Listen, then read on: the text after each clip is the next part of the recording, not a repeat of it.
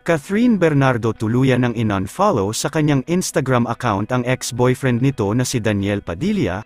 Tila mainit na usapan ngayon sa social media ang tuluyan ng pag-unfollow ng aktres na si Catherine Bernardo sa ex-partner nito na si Daniel Padilla. Matatandaan na mahigit 1.5 buwan na ang nakakaraan matapos ang mainit na hiwalayan ng dalawa kung saan maraming netizens at mga masusugid na tagahanga ng Kathniel ang sobrang nalungkot at nagulat dahil bago pa man ang kanilang hiwalayan ay madalas pa naman natin silang nakikitang magkasama together. Hindi naman kasi akalain ng marami na maghihiwalay pa ang dalawa dahil halos mahigit 11 years na din ang kanilang relasyon. Sa kalagitnaan nga ng kanilang break-up ay marami namang lumabas na mga bali-balita at espekulasyon kung ano nga ba ang tunay na dahilan ng kanilang paghihiwalay. Isa sa mainit na pinag-usapan na dahilan umano ng kanilang break-up ay ang pag-cheat at pakikipagkita umano ng palihim ni Daniel Padilla sa aktres na si Andrea Brillantes. Mas lalo pang ang lumakas ang bali-balitang ito matapos unfollow ni Catherine Bernardo at Andrea Brillantes ang isa't isa sa kalagitnaan ng mainit na issue.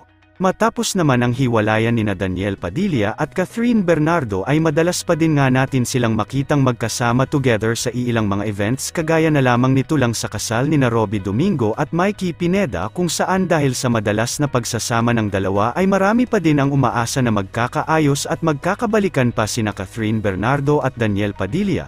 Samantala, nito nga lamang ay marami ang nakapansin na tuluyan nang ang in-unfollow ni Catherine si Daniel sa kanyang Instagram account dahilan upang marami ding fans ang tila nawalan na din ng pag-asa na magka-comeback pa ang dalawa. Bagamat kahit nga naka-unfollow na si Catherine Bernardo kay Daniel Padilla ay patuloy pa din na naka-follow si Daniel kay Catherine. Narito naman ang iilang komento at saloobin ng mga fans at netizens tungkol sa tuluyan ng pag-unfollow ni Catherine Bernardo kay Daniel Padilla.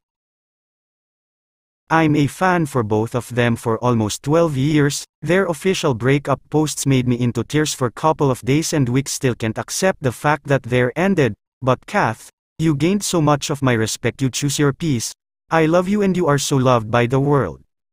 Please, let us respect kung anuman desisyon nila, let them live at peace. Maging happy na lang tayo for both of them, we cannot control their feelings, so sana manahimik na lang tayo. Mahirap pero kailangan din natin mag-move forward.